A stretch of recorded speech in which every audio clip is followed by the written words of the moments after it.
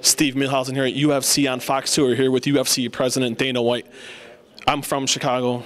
Fans have been getting on me, Dana, for 3 years about you being here. How does it feel to be back in Chicago? We're happy to be back here. We've been traveling all over, going to new places that we've never been, and it was time to come back here, especially with a big event and in this arena. The Fox show, the first one was in Anaheim. The second one is in Chicago. Was that the plan to put it in bigger cities, in bigger markets where Fox is, draws more viewers? Yeah, it makes a lot of sense for us to be in Chicago when you think about, Fox running the NFL. I mean, the Chicago Bears are playing on Fox this weekend. It's just the fact of all the new markets that Fox is powerful in. We're going to really grow this sport a lot over the next several years. Is it the plan for future Fox shows to put them all in major markets? No, I mean, they could end up anywhere. But, yeah, it makes more sense to be in a major market when you're on Big Fox. Let's talk about some of the fights on the card. Michael Bisping, Damian Maia was announced late last night, early this morning. Was it the plan to put Bisping on this card if he beat Mayhem and he came out healthy? Yeah. I had a couple other fights that I was looking at. They fell through, guys that were injured. And going into that finale on Saturday, my thoughts were if Bisping can come out of this thing unscathed, not only winning the fight, but, coming out uninjured. And I'm telling you, he was hitting Mayhem with so many punches. I'm like, there's no way in hell Bisping's coming out of this thing healthy. His hands are going to be busted up or something's going to happen. But it didn't. He was, and he accepted the fight. So I'm happy. Big sense of relief. Yeah, I'm happy. Trust me. What would have been the backup plan if you couldn't get Bisping to fight Maia? Would have been the Chicago doubleheader. Fans, he did say that.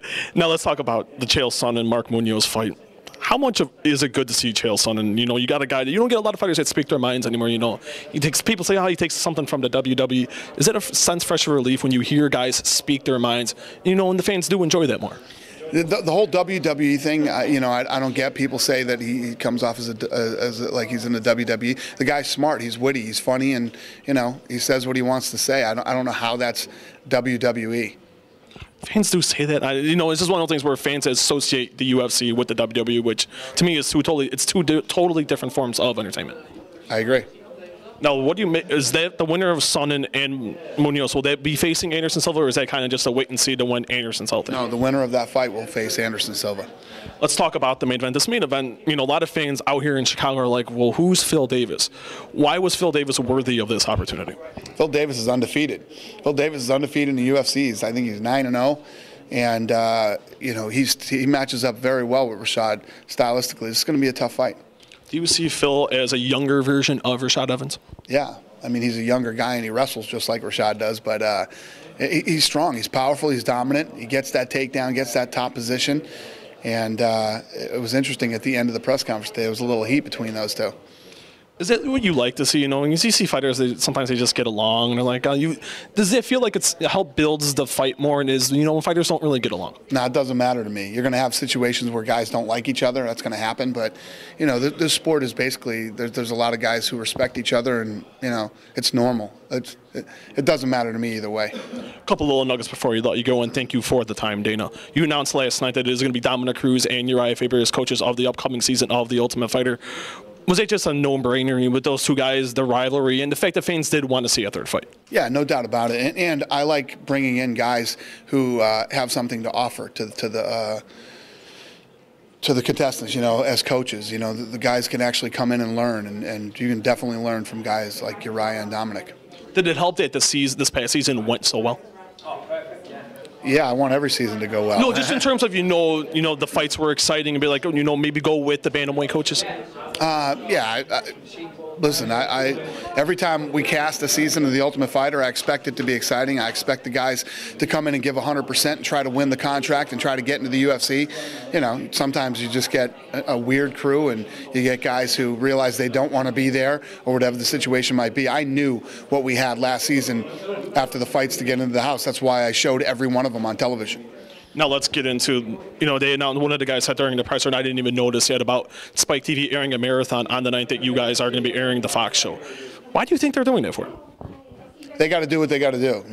We were something like 80% of their primetime programming, and now we're leaving. And again, it wasn't a decision we made. We didn't decide to leave. One of the big geniuses up at Viacom let us go, and it is what it is. So, I mean, they're going to have to run and program their networks, and how they choose to do it is up to them. Do you see them doing it for a lot of the cards that you're going to air your previous fights on their network? It doesn't matter, though. I mean, why would I be mad about them counter-programming me with me? It doesn't make sense. You know, a lot of fans are coming to me. I was getting some tweets about it. They're like, it doesn't make a lot of sense. Why do you think they would air your own programming instead of airing original programming? I don't know. It's a good question. I don't mind it, though. I like it. It doesn't bother me. People are asking me questions like I'm going to be like, oh God, why are they doing this to me? It's awesome. You want to count the night that we did the night that we did the Fox fights. You know the numbers we pulled. How many people? Well, they pulled 1 million viewers on Spike with my content too. So if you look at the number, which was the peak of 8.8 million or whatever it was, there were another 1 million people on Spike, which makes it almost 10 million people watching UFC. Two more questions. Bellator was announced earlier in the week that they're going to be airing on Friday nights starting season 6 in January.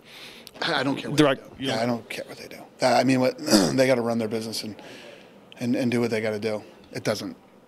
And any update on Strikeforce? Looks like it's going to happen. We have a date when it's going to be announced? When it's ready, I'll announce it. It should be. I know I've been saying this for 3 weeks, but it should be any day now.